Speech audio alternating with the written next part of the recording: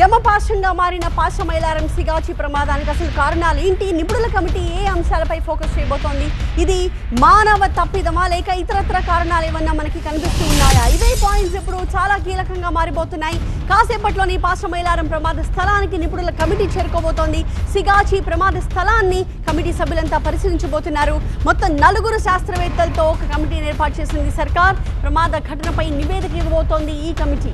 ఇంకొక వైపు సిగాచి పరిశ్రమ దగ్గర శిథిలాల తొలగింపు కొనసాగుతోంది. శిథిలాల కింద ఉన్న ఎముకల్ని అధికారులు గుర్తించారు. ఫోరెన్సిక్ ల్యాబ్ కి ఎముకల శాంపిల్స్ ని తరలించారు. కుటుంబ సభ్యుల నమూనాలతో వాటిని సరిపోల్చే ప్రయత్నం చేస్తూ ఉన్నారు. అయితే ఇవాళ సాయంత్రం కల్లా శిథిలాల తొలగింపు ప్రక్రియ పూర్తి కాబోతోంది.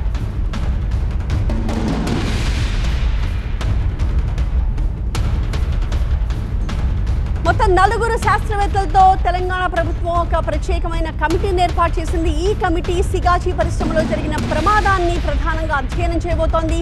స్పాట్కి వెళ్ళి నేరుగా సిచ్యువేషన్ని పరిశీలించి అవగాహనకి తెచ్చుకునే ప్రయత్నం చేస్తుంది ఈ కమిటీ. ఆ తర్వాత ప్రభుత్వానికి మొత్తం 1 రోజుల్లోపు రిపోర్ట్ సమర్పించాలి అంటూ ప్రభుత్వం ఆదేశాలు జారీ చేసిన నేపథ్యంలో ఇవాళ కమిటీ పర్యటన ఉండబోతోంది. మా ప్రతినిధి జ్యోతి లైవ్ లో సిద్ధంగా ఉన్నారు. జ్యోతి, కమిటీ సభ్యులు ఎన్ని గంటలకు చేరుకోబోతున్నారు స్పాట్ కి? వెనక చూస్తున్న వాళ్ళంతా చూస్తుంటే కమిటీతో ప్రధానంగా వాళ్ళు కూడా కొన్ని కీలకమైన ఇన్ఫర్మేషన్ షేర్ చేసుకోవాలని ఎదురు చూస్తున్నట్టుగా కూడా అర్థమవుతోంది. సో ఎన్ని గంటలకు వస్తున్నట్టుగా తెలుస్తోంది?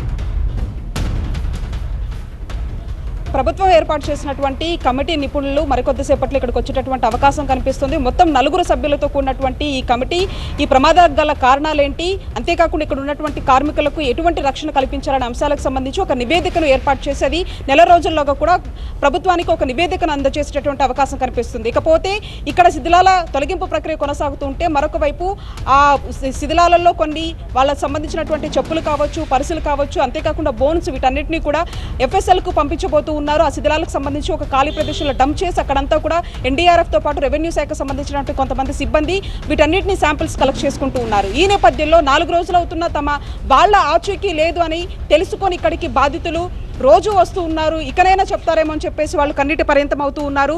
జస్టిన్ అనే ఒక యువకుడు ఇటీవల కాలంలోనే ఇక్కడ జాబ్ చేయడానికి ఇక్కడికి రావడం జరిగింది. ఒకసారి మాట్లాడిద్దాము. అమ్మ, ఎప్పుడు ఇక్కడికి వచ్చారు, ఏం చెప్తున్నారు అధికారులు? సాటర్డే రోజు డ్యూటీకి వచ్చాడు, ఇంకా ఆ రోజు వచ్చేసాడు ఇంటికి. మండే రోజు మళ్ళీ వచ్చాడు, జాయిన్ అయ్యాడు, వచ్చాడు డ్యూటీకి. ఇంకా ఆ రోజే అలా జరిగిపోయింది. అయితే 4 డేస్ అవుతుంది, ఇంకా ఇవ్వట్లేదు బాడీకి. ఇంకా సెర్చ్ చేస్తున్నాను అంటున్నారు. ఇంకెన్ని రోజులు సెర్చ్ చేస్తారు? మేము ఇంకా ఇట్లానే నీరసం అయ్యి చచ్చిపోతే కూడా చూడరు. ఇప్పుడు చచ్చిపోయిన ఆయన చచ్చిపోయాడు, ఆయన బాడీ ఏమైనా ఇవ్వాలి కదా, ఆయన బాడీ కూడా ఇవ్వట్లేరు. అంటే ఎన్ని రోజులు అవుతుంది ఇక్కడ జాయిన్ అవ్వబట్టి? మా డాడీకి ఏమో అవుతుంది. చూడవచ్చు వీళ్ళు ఎంత అంటే 4 రోజులు అవుతోంది. ఈ 4 రోజులకు సంబంధించి తమ వాళ్ళ ఆచూకీ తెలియట్లేదు, ఇకనైనా చెప్పండి అంటూ కూడా వాళ్ళు రోధిస్తూ ఉన్నారు.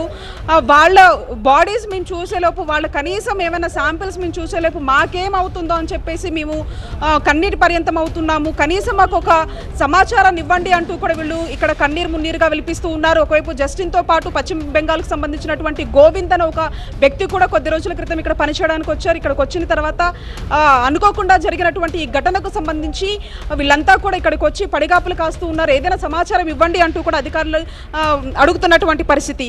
మరొక వైపు మనం చూస్తున్నాము, జస్టిన్కి సంబంధించినటువంటి వాళ్ళ తండ్రి ఒక్కసారిగా కూడా ఇక్కడ కుప్పకూలిపోతున్నటువంటి పరిస్థితి. ఎందుకంటే గత 4 రోజుల నుంచి కూడా ఇక్కడికి వస్తూ ఉన్నారు, ఏదైనా కొంత సమాచారం ఇస్తారేమో అని చెప్పేసి అడుగుతున్నటువంటి పరిస్థితి. కానీ కనీస సమాచారం ఇవ్వట్లేదంటూ కూడా చెప్తూ ఉన్నారు.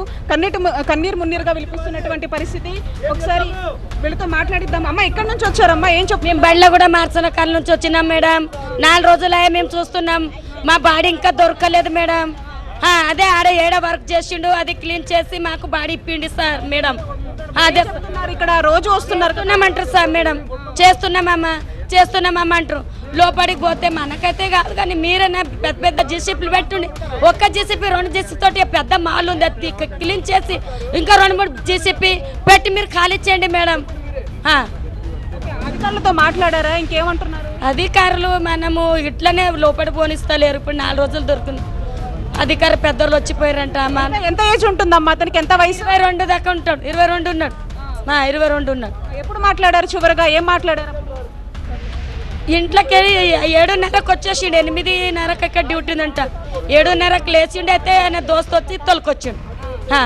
మేము ఇంట్లో మాట్లాడలేము ఎవరివి డ్యూటీ పోతున్నాడు ఆయనతోటి అప్పుడు లేచి వచ్చింది తెలియదు మేడం. మనం చూస్తూ ఉన్నాము ఒక్కొక్కరిది ఒక్కొక్క పరిస్థితి అని చెప్పుకోవచ్చు. ప్రస్తుతానికి మాత్రం అధికారులు వాళ్ళకి నచ్చ చెప్పేటటువంటి ప్రయత్నం చేస్తున్నారు. అంతేకాకుండా తొలగింపు ప్రక్రియ కూడా ఒకవైపు మొత్తం కూడా క్లీన్ చేస్తున్నటువంటి పరిస్థితి. ఇకపోతే ఈ యొక్క అంశానికి సంబంధించి కమిటీ సభ్యుల బృందం వచ్చిన తర్వాత ప్రమాదానికి గల కారణాలు అంతేకాకుండా ఇతర పరిస్థితుల మీద అధ్యయనం చేసి ఒక సమగ్ర నివేదికను ప్రభుత్వానికి అందజేయబోతూ ఉన్నారు. రైట్, థ్యాంక్ యూ జ్యోతి. అది స్పాట్లో మనం చూస్తున్న సిచ్యువేషన్. కొన్ని రోజులుగా ఎదురు చూస్తున్నాము. ఇప్పటికీ తమ వారి మృతదేహాల్ని తమకు అప్పగించట్లేదని వాళ్ళంతా ఆందోళన వ్యక్తం